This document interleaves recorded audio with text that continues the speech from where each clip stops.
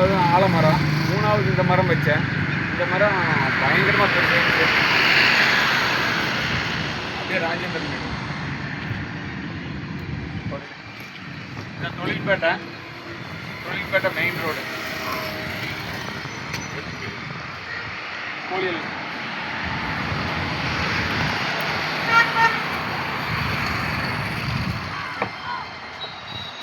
இதான் நம்ம கறிக்கடை. ஜேபி அண்ணன் ஹாய் சொல்லிடுங்க. அது மகேந்திரன் தான் அந்த இடம் ராஜேந்திரன்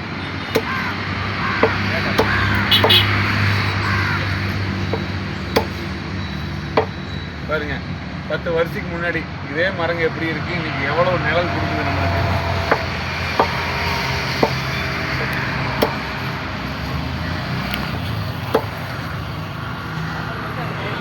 வாங்க, 1000 கிலோ இருந்தாலுமே 500 கிலோ இருந்தாலுமே வீட்டுக்கே வந்து வெட்டி தரோம். கல்யாண ஆர்டரு, கார்லுக்கு ஆர்டரு, எல்லாத்துக்கும் 50 கிராம் பீஸ்லேருந்து 100 கிராம் பீஸ்லேருந்து 150 கிராம் பீஸ்லேருந்து எல்லாமே வெட்டி கொடுக்குறோம். நீங்கள் கோழி எடுத்து எனக்கு கொடுத்தாலும் ஸ்பாட்டுக்கே வந்து வெளியே எடுத்துட்டு ஒரு கோழிக்கு இவ்வளவுன்னு பணம் வாங்கிக்குவோம். இதுதான் நம்ம கடை. தொழில்பேட்டை பழனி ரோட்டில் அமைஞ்சிருக்கு இந்த கடை. எனி டைம் எந்த நாளுமே உங்களுக்கு ஆர்டருக்கு வெட்டி கொடுத்துருவோம். இதுதான் நம்ம இதெல்லாம் பார்த்து அப்படியே அந்த வெட்டுறது க்ளோஸ் ஆகும். உங்களுக்கு வந்து இது வந்து நம்ம கொஞ்சம் க்ளோஸ் ஆகும். இது வந்து நம்ம வீட்டுக்காக வெட்டுறோம். வீட்டுக்கு வெட்டும் போது இந்த பீஸ் எப்படி வெட்டுறோம்னு பாருங்க. அப்படிதான் வெட்டணும். வீட்டுக்கு வெட்டும்போது இந்த ஜப்பெல்லாம் எடுத்துவோம். 100 கோழி 200 கோழியெல்லாம் வெட்டுறோம்.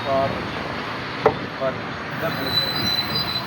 வீட்டுக்கு வெட்டும் போது இந்த வீட்டுக்கு வெட்டும் போது இதான் பீஸ். அப்போ தான் குழந்தைங்க பெரியவங்களுக்கு கரெக்டாக இருக்கும். மண்டபத்துக்கு வெட்டும் போது அது பெரிய பீஸாக வெட்டிடுவோம். வீடியோ பிடிக்கிறவர் கேரளாக்காரரு. இப்போ அவருக்கு தான் வெட்டுறோம். அவர் எப்போ வந்தாலும் முழுக்கோழி தான் வாங்கிட்டு போவார். அவ்வளோதான். அவருக்கு இப்படி வெட்டினா தான் பிடிக்கும். கிட்டத்தட்ட 10 வருஷமாக எங்கிட்ட கறி எடுத்துக்கிறாரு. அவர் முழுக்கோழி வாங்கிக்குவார். கோழி ரேட்டு போட்டு போயிட்டே இருப்பார். ஈரல் கல்லீரல் எதுவுமே வாங்க மாட்டார்.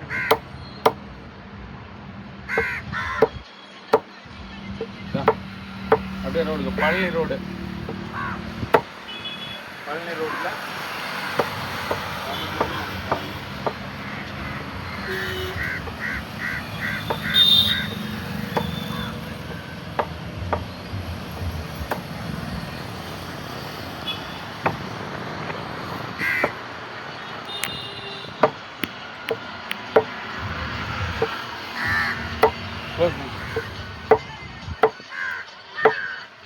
அவ்வளோதான்.